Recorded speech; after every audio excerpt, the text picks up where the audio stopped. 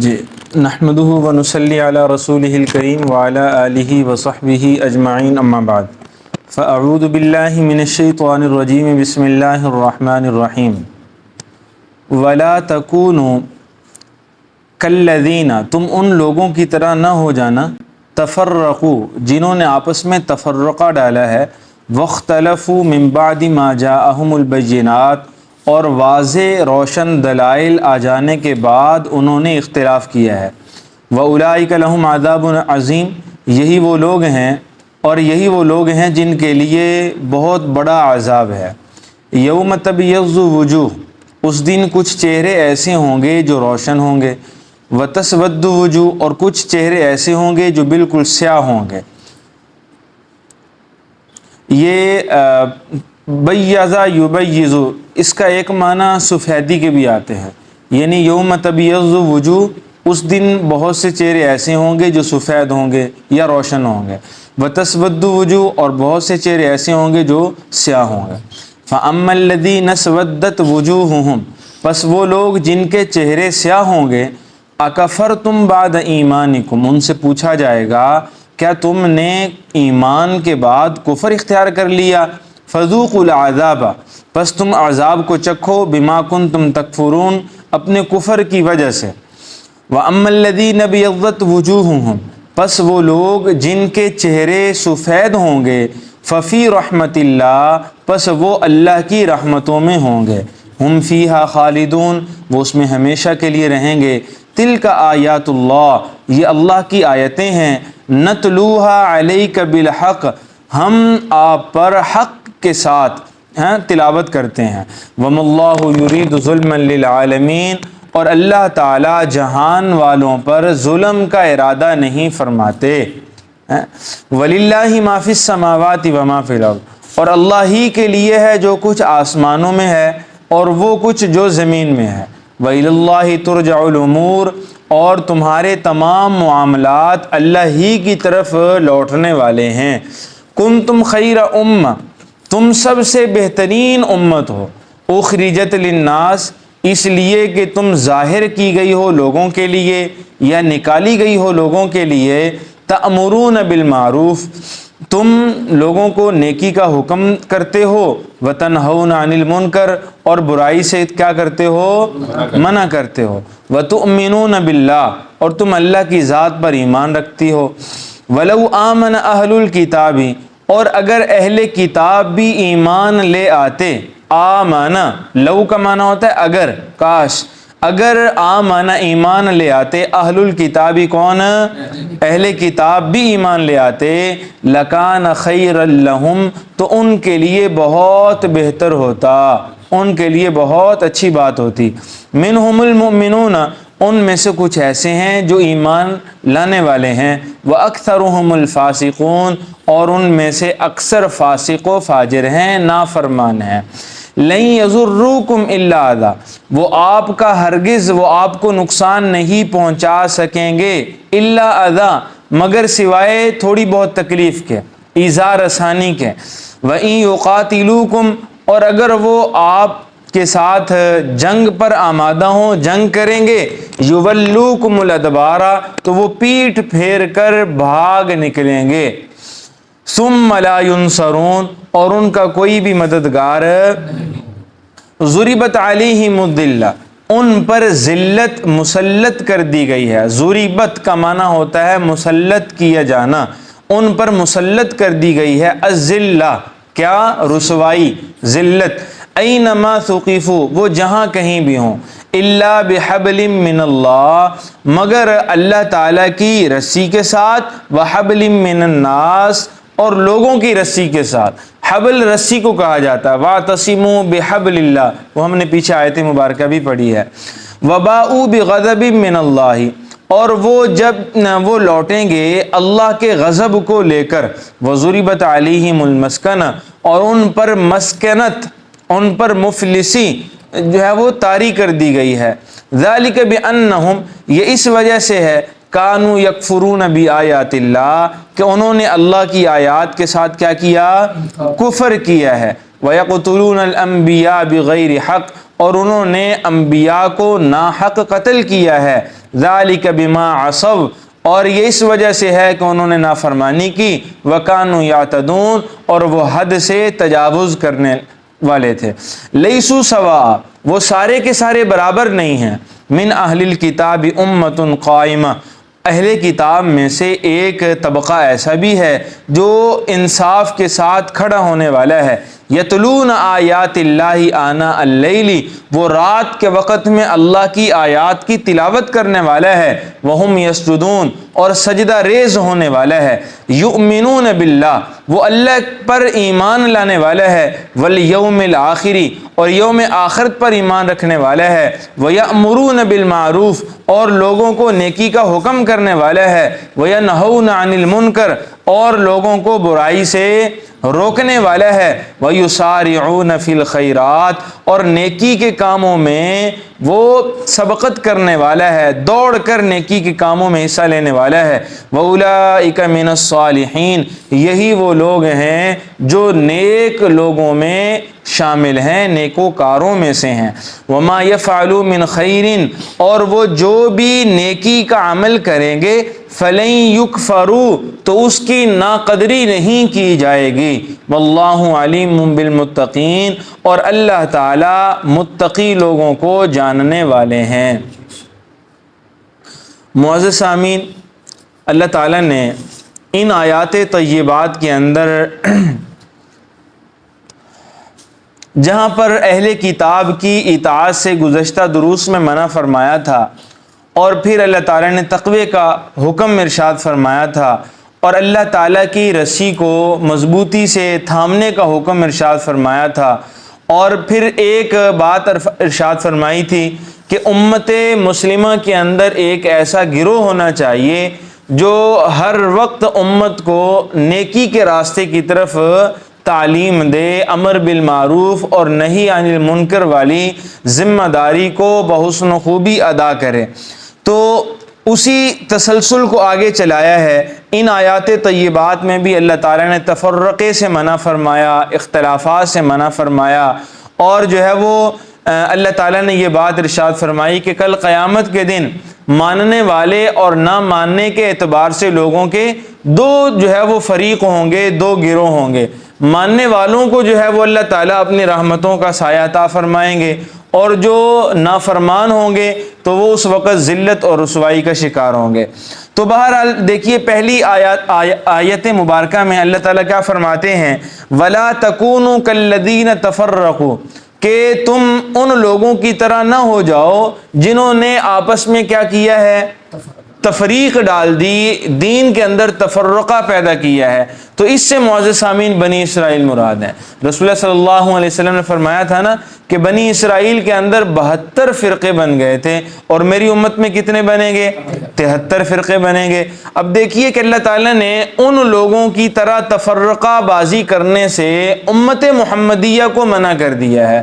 اب امت محمدیہ کے اندر فرقہ بازی سے ہمیں روک دیا گیا ہے، منع کر دیا گیا ہے، ایک دوسرے کے ساتھ محبت میں اور بھائی چارے کے ساتھ، رواداری کے ساتھ رہنے کا حکم دیا، اور فرمایا وَاخْتَلَفُوا مِن بَعْدِ مَا جَاءَهُمُ الْبَيِّنَاتُ، واضح اور روشن دلائل آ جانے کے بعد اب اختلاف کی کوئی گنجائش باقی نہیں رہتی، اب تمہیں اختلاف کی اجازت نہیں ہے۔ تو معزز سامعین یاد رکھیے، میں نے جیسا کہ وہاں بھی آپ کے سامنے عرض کیا تھا، یہاں پہ تفرقہ اور اختلاف سے جو منع کیا گیا ہے، اس سے اصول کے اندر اختلاف سے منع کیا گیا ہے کہ جو اللہ تعالیٰ کے کلی اصول ہیں، جو ضابطے ہیں، جنہیں ہم عقائد کہتے ہیں، عقائد کے اندر اختلاف کی کوئی گنجائش نہیں ہے۔ دین جسے دین بھی کہا جاتا ہے، دین تمام انبیاء کرام علیہم السلام کے ہاں یکساں ہے۔ شرع لکم من الدین ما وصى به نوحا، اللہ تعالیٰ نے فرمایا کہ اے پیغمبر، یعنی رسول اللہ صلی اللہ علیہ وسلم سے مخاطب کر کے کہا کہ ہم نے آپ کو وہی دین دیا ہے جو ہم نے نوح علیہ الصلاۃ والسلام کو دیا تھا، ہم نے آپ کو وہی دین دیا ہے جو ہم نے ابراہیم علیہ الصلاۃ والسلام کو دین دیا تھا، تو معلوم ہوا دین کے اندر کوئی تفریق اور فرق نہیں ہے، یعنی عقائد سب کے ہاں یکساں ہیں۔ دیکھیں عقیدہ توحید ہے تو وہ آدم سے لے کر عیسیٰ تک اور رسول اللہ صلی اللہ علیہ وسلم تک تمام شریعتوں میں، تمام انبیاء کی تعلیمات میں عقیدہ توحید کیا ہے؟ بالکل ایک ہے۔ اور اسی طرح معزز سامعین، عقیدہ آخرت ہے تو وہ بھی یکساں ہے، عقیدہ جنت اور دوزخ ہے تو وہ بھی یکساں ہیں، عقیدہ تقدیر ہے تو وہ بھی یکساں ہیں۔ ان عقائد کے اندر کوئی تفریق اور کوئی فرق، البتہ شریعتوں کے اندر فرق ہے۔ شریعت ہر نبی کی کیا ہے؟ جدا اور ممتاز ہے۔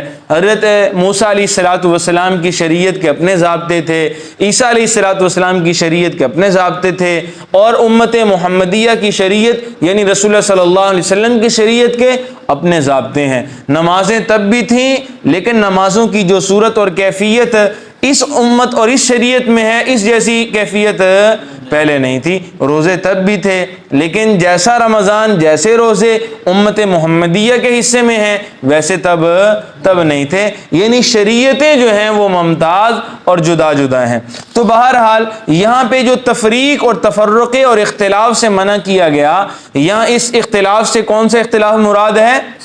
اصول میں اختلاف، عقائد کے اندر اختلاف۔ اس لیے کہ جب عقیدے کے اندر اختلاف پیدا ہوتا ہے تو اس سے جو امتیں نکلتی ہیں وہ یہود و نصارہ کی طرح گمراہ ہوتی ہیں، ٹھیک ہے نا جی؟ اس لیے کہ ایک ہی فرقہ جنت میں جائے گا، باقی کوئی اور فرقے اور کوئی جنت میں نہیں جائیں گے۔ البتہ مسالک سارے کے سارے انشاءاللہ اللہ کے ہاں یہ قوی امید ہے، اگر وہ جو ہے وہ شرک کا، بدعات کا، رسومات کا شکار نہ ہوں، وہ سارے کے سارے جنتی ہیں۔ تو فرمایا کہ وَأُولَٰئِكَ لَهُمْ عَذَابٌ عَظِيمٌ، یہی وہ لوگ ہیں جن کے لیے بہت بڑا عذاب، یعنی جو دیدہ و دانستہ دین کے اندر تفرقہ ڈالنے کی کوشش کرتے ہیں، دین کے عقائد اور دین کی اصولی باتوں کے اندر رخنہ ڈالنے کی کوشش کرتے ہیں، تو ان کے لیے بہت بڑا عذاب تیار ہے۔ آگے فرمایا یوم تبیض وجوہ وتسود وجوہ، کہ کل قیامت کا دن ایسا دن ہوگا کہ جس دن میں بہت سے چہرے ایسے ہوں گے جو بالکل سفید، بالکل تر و تازہ، بالکل جو ہے وہ چاق و چوبند اور بالکل جو ہے وہ چمکدار اور روشن ہوں گے، اور بہت سے چہرے ایسے ہوں گے اللہ تعالیٰ حفاظت فرمائے کہ وہ بالکل سیاہ ہوں گے۔ فَإِذَا جَاءَتِ الطَّامَّةُ الْكُبْرَى فَإِذَا جَاءَتِ الصَّاخَّةُ يَوْمَ يَفِرُّ الْمَرْءُ مِنْ أَخِيهِ وَأُمِّهِ وَأَبِيهِ وَصَاحِبَتِهِ وَبَنِيهِ لِكُلِّ امْرِئٍ مِّنْهُمْ يَوْمَئِذٍ شَأْنٌ يُغْنِيهِ وُجُوهٌ يَوْمَئِذٍ مُسْفِرَةٌ، بہت سے چہرے ایسے ہوں گے جو بالکل خوش و خرم ہوں گے۔ وجوہ یومئذ مسفرہ ضاحکۃ مستبشرہ، وہ مسکرا رہے ہوں گے، بشاشت ان کے چہروں پہ عیاں ہوگی، ظاہر ہوگی، ٹھیک ہے نا جی۔ ووجوہ یومئذ علیہا غبرہ، بہت سے چہرے ایسے ہوں گے جو گرد آلود ہوں گے۔ یومئذ علیہا غبرہ ترہقها قطرہ اولئک ھم الکفرۃ الفجرہ، یہی وہ لوگ ہوں گے جو کافر ہوں گے اور فاسق و فاجر ہوں گے۔ تو بہرحال یہاں بھی وہی بات ارشاد فرمائی، اسی لیے جو ہے وہ علماء نے وضو کے دوران ایک دعا بتلائی ہے چہرہ دھوتے ہوئے، کہ جب چہرہ دھو تو اس وقت یہ پڑھا کرو اللہم بیض وجوہنا، کہ اے اللہ ہمارے چہروں کو روشن اور منور فرما، یوم تبیض وجوہ وتسود وجوہ، اس دن منور اور روشن فرما جس دن کچھ چہرے سفید ہوں گے اور کچھ چہرے سیاہ ہوں گے، ٹھیک ہے نا جی۔ آگے فرمایا فَأَمَّا الَّذِينَ اسْوَدَّتْ وُجُوهُهُمْ، بہرحال وہ لوگ جن کے چہرے سیاہ ہوں گے ان سے ایک سوال کیا جائے گا، ان سے پوچھا جائے گا اَكَفَرْتُمْ بَعْدَ ایمانکم، کیا تم نے ایک دفعہ ایمان کے بعد دوبارہ کفر اختیار کر لیا تھا؟ فَذُوقُوا الْعَذَابَ بِمَا كُنْتُمْ تَكْفُرُونَ، اب تم اپنے کفر کی وجہ سے عذاب کو چکھو۔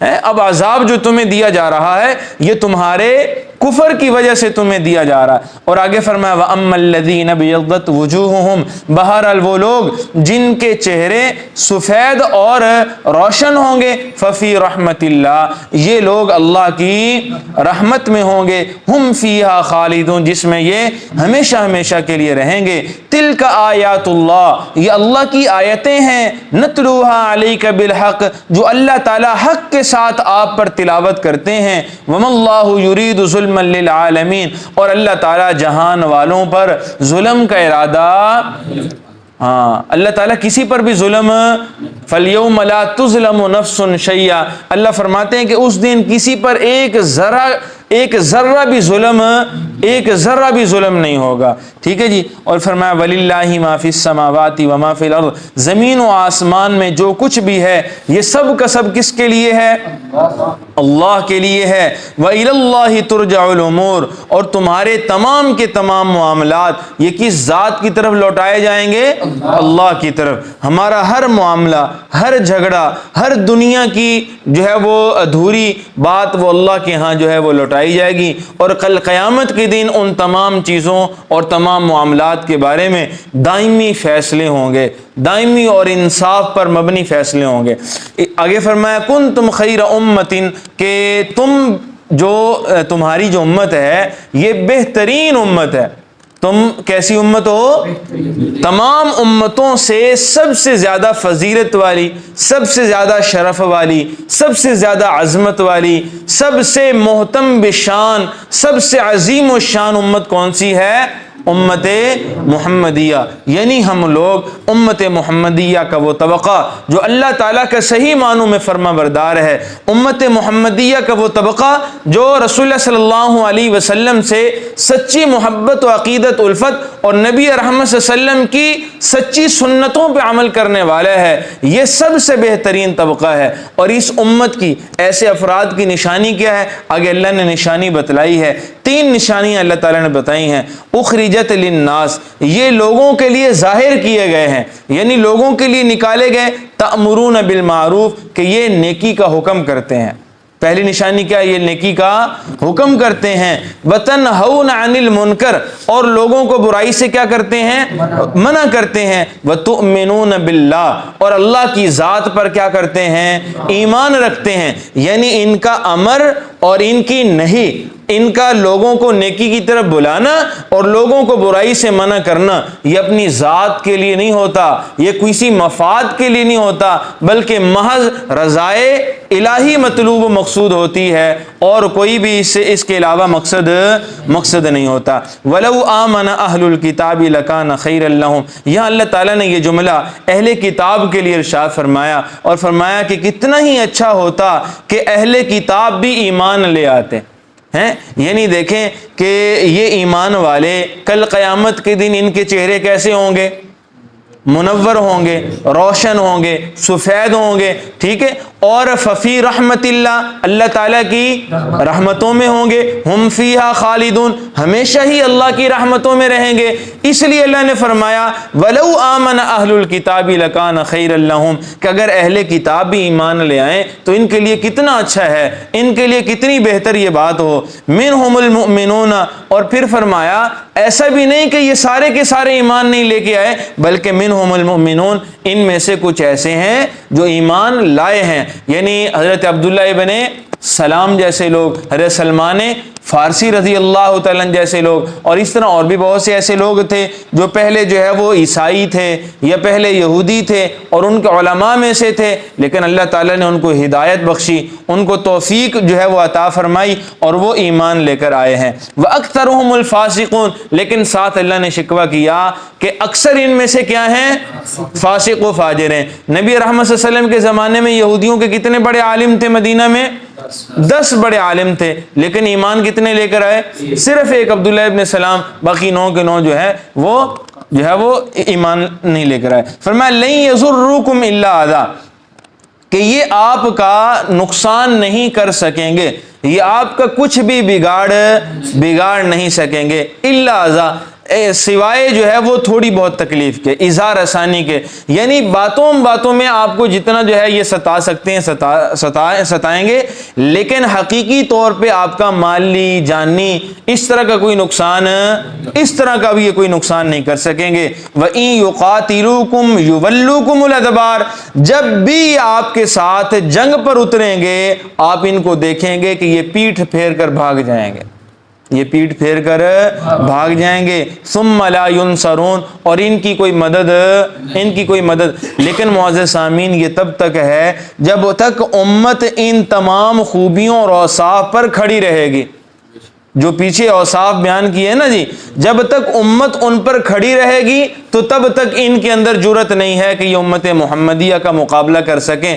جب امت جو ہے وہ زوال کے شکار ہو گئی، جب امت انحطاط کا شکار ہو گئی، امت اللہ کے راستے سے، ہدایت اور صراط مستقیم سے دور ہو گئی، امت نے قرآن و سنت سے ناطہ توڑ لیا، تو پھر اللہ کی یہ مدد اور نصرت کا وعدہ ہاں جی ایسے لوگوں کے ساتھ نہیں ہے۔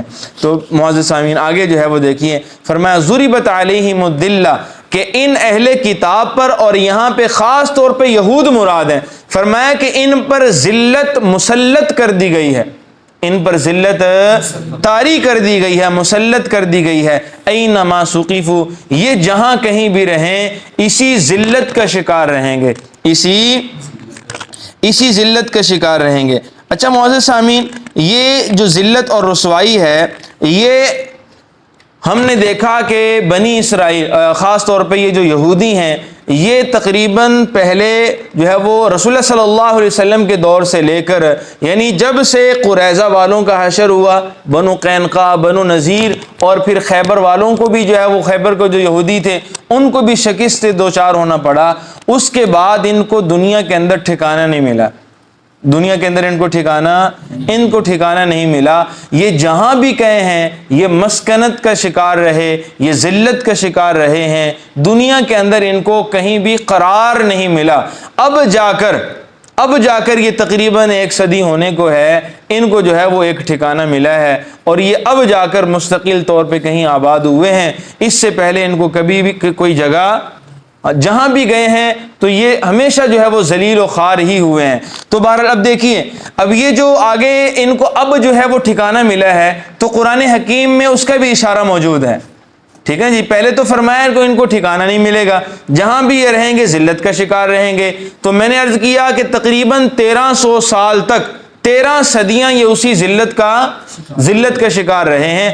اب جو ٹھکانہ ملا تو اس کا اشارہ بھی جو ہے وہ ہماری کتاب کے اندر موجود۔ اب ذرا دیکھیے، فرمایا کہ الا بحبل من اللہ، سوائے اللہ تعالیٰ کی رسی کے، یعنی اس کا مطلب یہ ہے کہ اللہ کی طرف سے کوئی سبب پیدا ہو جائے، سوائے اس کے کہ اللہ کی طرف سے کوئی سبب پیدا ہو جائے۔ وحبل من الناس، اور یا انسانوں کی طرف سے کوئی ذریعہ نکل آئے، یا انسانوں کی طرف سے۔ ویسے تو حبل من اللہ اور حبل من الناس کا ترجمہ جو میں نے پہلے کیا وہ کیا کیا تھا؟ اللہ کی رسی اور انسانوں کی رسی، ٹھیک ہے نا جی۔ لیکن مراد اللہ کی رسی سے یہ ہے کہ اللہ ان کے لیے کوئی صورت نکال دیں، اور انسانوں کی رسی کا مطلب یہ ہے کہ انسانوں کی وجہ سے، اقوام کی وجہ سے، اقوام کے ساتھ معاہدوں کے نتیجے میں ان کو کوئی ٹھکانہ مل جائے۔ تو معزز سامعین، اس وقت اسرائیل کے اندر جو یہ قرار پکڑے ہوئے ہیں، ان کو جو ٹھکانہ ملا ہے، تو یہ اقوام عالم کے معاہدوں کا نتیجہ ہے، ٹھیک ہے نا جی۔ ان کو امریکہ، فرانس، جرمنی اور برطانیہ، ان 4 بڑی اس وقت کی قوتوں نے یہاں پہ جو ہے وہ ٹھکانہ دیا، اور ان کی مکمل پشت پناہی کی، اور ان کو یہاں پہ ٹھہرانے کا مقصد یہ تھا کہ عرب لیگ جو ہے، عرب جو ممالک ہیں، ان پر ایک پریشر قائم رہے، ان پر جو ہے وہ ایک دباؤ جو ہے وہ قائم رہے، اور پھر جو ہے وہ ان کو یروشلم سے جو ہے وہ یروشلم ان کا دارالخلافہ بنا دیا گیا، یعنی بیت المقدس کو دارالخلافہ بنا دیا گیا، اور جو جولان کی پہاڑیاں ہیں وہ جو ہے وہ ان کے قبضے میں دے دی گئیں، حالانکہ وہ شام کی پہاڑیاں تھیں، اور یہ سارے کا سارا جو ہے وہ جہاں پہ یہ آباد کاری ہے یہودیوں کی، اور یہ سب کا سب جو خطہ ہے، یہ جگہ یہ کس کی ہے؟ یہ فلسطین کی ہے، بات سمجھے نا۔ اور مسلسل جو ہے وہ دن بدن جو ہے وہ اسے جو ہے وہ اپنی ریاست کو بڑھاتے چلے جا رہے ہیں، یہودیوں کی بستیوں کی آباد کاریاں کرتے چلے جا رہے ہیں، فلسطینیوں کی جو آبادیاں ہیں ان کو منہدم کرتے چلے جا رہے ہیں۔ تو بہرحال یہ میں نے عرض کیا، جو ان کو جگہ ملی ہے یہ اقوام عالم کی دستاویزات اور ان کے معاہدوں کا کیا ہے؟ نتیجہ ہے۔ اور یہ بات اللہ تعالیٰ نے یہاں پہ ارشاد فرما رہی ہے، فرمایا کہ 2 صورتوں میں ان کو جگہ مل سکتی ہے۔ پہلی صورت یہ ہے کہ اللہ تعالیٰ کوئی صورت ان کے لیے پیدا کر دیں، اور دوسرا یہ ہے کہ لوگوں کے ساتھ اس طرح کے کوئی معاہدے ان کے ہو جائیں جس کے نتیجے میں ان کو رہنے کو جگہ مل جائے۔ تو بہرحال دیکھیے، فرمایا ضربت علیہم الذلہ، ان پر جو ہے وہ ذلت مسلط کر دی گئی ہے۔ اینما ثقیفوا، یہ جہاں کہیں بھی رہیں ان کو، اب دیکھیں پہلے جو ہے وہ ان کو جرمنوں سے مار پڑی، ٹھیک ہے، ہٹلر سے مار پڑی، اور پھر مدینہ کے اندر اب اگر شروع میں بات کر لی جائے تو مسلمانوں سے ان کو مار پڑی ہے۔ قریظہ کا کیا حال ہوا، بنو نذیر بنو قینقاع کا کیا حال ہوا، خیبر والوں کا کیا حال ہوا، اور پھر جو ہے وہ جرمنوں سے، بہرحال اب جا کے ان کو جو ہے وہ قرار ملا۔ فرمایا جہاں کہیں بھی رہیں گے ان پر ذلت اور مسکنت طاری رہے گی، الا بحبل من اللہ، سوائے اس کے کہ اللہ ان کے لیے کوئی صورت پیدا کر دیں، وحبل من الناس، یا لوگوں کے ساتھ معاہدے کے نتیجے میں ان کو کوئی جگہ مل جائے، وباءوا بغضب من اللہ، اور جب لوٹیں گے تو اللہ کا غضب لے کر یہ لوٹیں گے، وضربت علیہم المسکنہ، اور ان پر مسکنت چھائی رہے گی، مسکنت طاری کر دی گئی، طاری رہے گی۔ ذالک بانہم کانوا یکفرون بآیات اللہ، اور یہ اس وجہ سے ہے کہ انہوں نے اللہ کی آیات کے ساتھ کیا کیا، کفر کیا۔ وَيَقْتُلُونَ الْأَنْبِيَاءَ بِغَيْرِ حق، اور یہ اس وجہ سے ہے کہ انہوں نے انبیاء کا ناحق قتل کیا۔ ذَلِكَ بِمَا عَصَوْا، اور یہ اس وجہ سے کہ انہوں نے اللہ تعالیٰ کی کیا کی، نافرمانی کی۔ وَكَانُوا يَعْتَدُونَ، اور اس وجہ سے ہے کہ انہوں نے حد سے تجاوز کیا۔ لَيْسُوا سَوَاءً، یہ سب کے سب برابر نہیں ہیں، یہ سارے کے سارے برابر نہیں ہیں۔ من اہل الکتابی، اہل کتاب میں سے، امت قائمہ، ایک امت ایسی ہے جو انصاف کے ساتھ کھڑی ہوئی ہے، جو انصاف کے ساتھ کھڑی ہے، قائم ہے۔ یتلون آیات اللہ آناء اللیل، وہ رات کے وقت میں اللہ کی آیتوں کی کیا کرتے ہیں، تلاوت کرتے ہیں۔ وہم یسجدون، اور وہ سجدہ ریز ہوتے ہیں۔ یؤمنون باللہ، اور وہ اللہ تعالیٰ پر ایمان رکھتے ہیں۔ والیوم الآخر، اور یوم آخرت پر ایمان رکھتے ہیں۔ ویأمرون بالمعروف، اور نیکی کا حکم کرتے ہیں۔ وینہون عن المنکر، اور برائی سے لوگوں کو منع کرتے ہیں۔ ویسارعون فی الخیرات، اور نیکی کے کاموں میں وہ پہل کرتے ہیں، جلدی کرتے ہیں، ٹھیک ہے نا جی۔ اور فرمایا وَأُولَٰئِکَ مِنَ الصَّالِحِینَ، یہی وہ لوگ ہیں جو نیکوکاروں میں سے ہیں، صلحاء میں سے ہیں۔ وَمَا يَفْعَلُ، اچھا بھئی ہمیں بھی ان خوبیوں کے ساتھ، ان اوصاف کے ساتھ اپنے آپ کو متصف کرنا چاہیے یا نہیں؟ کرنا چاہیے نا جی۔ اب اس میں دیکھیں کیا کیا چیزیں آ گئی، اللہ پر ایمان آ گیا، الحمدللہ ہے۔ یوم آخرت پر ایمان آ گیا، الحمدللہ ہے۔ یأمرون بالمعروف، ہم نے یہ جو ہے وہ کرنا ہے۔ وینہون عن المنکر، اس پہ بھی عمل کرنا ہے۔ ویسارعون فی الخیرات، اور ہر نیکی کے عمل میں ہم نے کیا کرنی ہے، جلدی کرنی ہے۔ نیکی کے عمل میں بھئی سوچو بچار سے کام نہیں چلتا۔ برائی کا جو عمل ہے، گناہ کا جو عمل ہے، وہاں پہ تساہل پسندی کی جاتی ہے، وہاں پہ جو ہے وہ سوچو بچار کی جاتی ہے۔ نیکی کے عمل میں سوچو بچار، اور بھائی دیکھیں استخارہ مباح کاموں میں ہوتا ہے، نیک کاموں میں استخارہ یہ گناہ کا عمل ہے۔ اگر کوئی آدمی جو ہے وہ اس بات پہ استخارہ کرے کہ میں رمضان میں روزے رکھوں یا نہیں رکھوں، تو یہ استخارہ بجائے نیکی کے یہ کیا ہوگا، گناہ کا ذریعہ ہوگا۔ بات سمجھیں، نیکی کے عمل میں کوئی استخارہ، نیکی کے عمل میں کوئی سوچو بچار نہیں ہے، نیکی کے عمل میں جلدی کرنی چاہیے۔ وَأُولَٰئِکَ مِنَ الصَّالِحِینَ، فرمایا ان خوبیوں سے متصف جو لوگ ہوں گے، ٹھیک ہے نا جی، انصاف کے ساتھ قائم رہنے والے، رات کے اوقات میں اللہ کے آیتوں کی تلاوت کرنے والے، اور رات کے اوقات میں سجدہ ریز ہونے والے، یہی وہ لوگ ہیں جو صلحاء ہیں۔ یہ لوگ کون ہیں؟ یہی وہ لوگ ہیں جو صالحین میں سے ہیں۔ وما یفعلوا من خیر، اور یہ نیکی کا جو بھی عمل کریں گے، فلن یکفروا، اللہ اس کی ناقدری نہیں کریں گے، بلکہ اللہ تعالیٰ اس کی قدردانی کریں گے۔ واللہ علیم بالمتقین، اور اللہ تعالیٰ متقی لوگوں کو جاننے والے ہیں۔